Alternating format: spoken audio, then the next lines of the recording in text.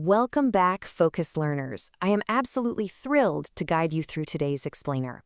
We're going to literally transport ourselves back in time to a truly legendary setting, Vulture Peak. Picture this. The Buddha is addressing a massive assembly. We're talking 1,200 monks, plus an incredible 10,000 Bodhisattvas, all gathered together to hear a discourse that maps out the very architecture of enlightenment. It's an ancient blueprint known as the Array of the Bodhi-Mind, and we're going to break the whole shebang down step by step today. Okay, let's dive into this. Here's our roadmap for today. First, what is Bodhi-Mind? Second, the 10 metaphors of resolve. Third, the 10 stages of Bodhisattvas. Fourth, the true meaning of Pāramitā. And finally, Sūtra preservation and digitization. Let's get right to it. So, Section 1. What exactly is the Bodhi-Mind? To really grasp this, we have to look at a core mystery brought up by the Bodhisattva of unmeasurable meaning. He steps forward, adjusts his robes, scatters precious flowers, and asks the Buddha a really fundamental question. How does a Bodhisattva actually cultivate the Bodhi-Mind? It seems like a pretty straightforward question, right? You want to achieve enlightenment, you want the ultimate spiritual mind, so naturally, you ask the master for the instruction manual. And it's this exact spark that ignites the entire discourse we're looking at today. But the Buddha's reply, it completely turns everything upside down. He says the Bodhi-Mind cannot be obtained because sentient beings are fundamentally empty. Wait, no way. You ask how to get something and the ultimate teacher tells you that you literally cannot obtain it? It's a huge, almost shocking surprise. But the Buddha is explaining a really profound paradox here. The ultimate mind is formless. It can't be seen, and it's entirely ungraspable, because the very idea of a separate being who gets something is, well, an illusion. So the crucial point is that we are dealing with a spiritual architecture that exists entirely beyond our conventional concepts of past, present, and future. It's an absolute paradox. The mind is absolutely essential for the path, yet it's impossible to physically grasp, create, or locate. You kind of have to achieve it by realizing there is nothing to achieve. But how on earth are we supposed to practice a concept that we can't even hold on to mentally? That brings us to Section 2, the 10 metaphors of resolve.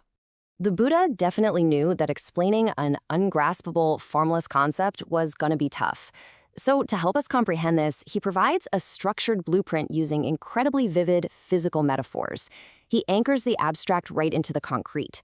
And this brilliantly illustrates how abstract practices are tied to powerful visual symbols to prevent cognitive overload. For example, when a bodhisattva generates the first mind, it's compared to Mount Sumeru, massive, unshakable, the ultimate foundation of all goodness.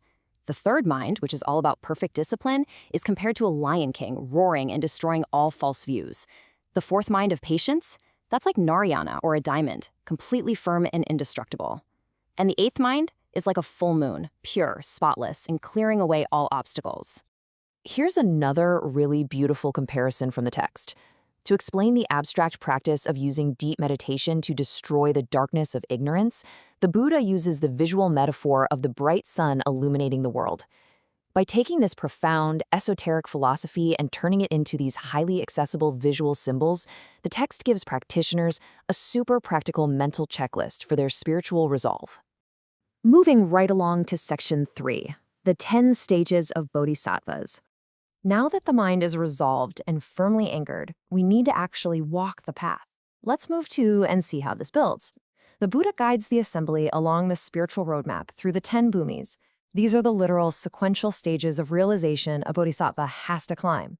Think of it like a massive metaphorical staircase. In Phase 1, the practitioner actually gains the vision to see hidden treasures across 3,000 realms. It's a huge visual wealth of insight. By Phase 4, the environment itself responds with celestial winds scattering beautiful flowers. But listen, it's not all just beautiful visions. It requires immense endurance too. In Phase 7, the bodhisattva has to pass safely, without any harm, directly through the hell realms.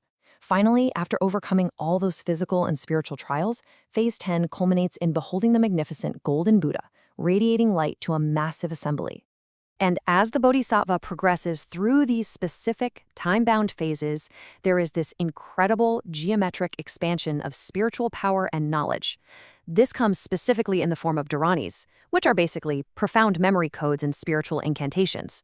In stage 1, they generate the Dharani of advancement. By stage 5, it's merit and flowers. But look at the massive jump at stage 8.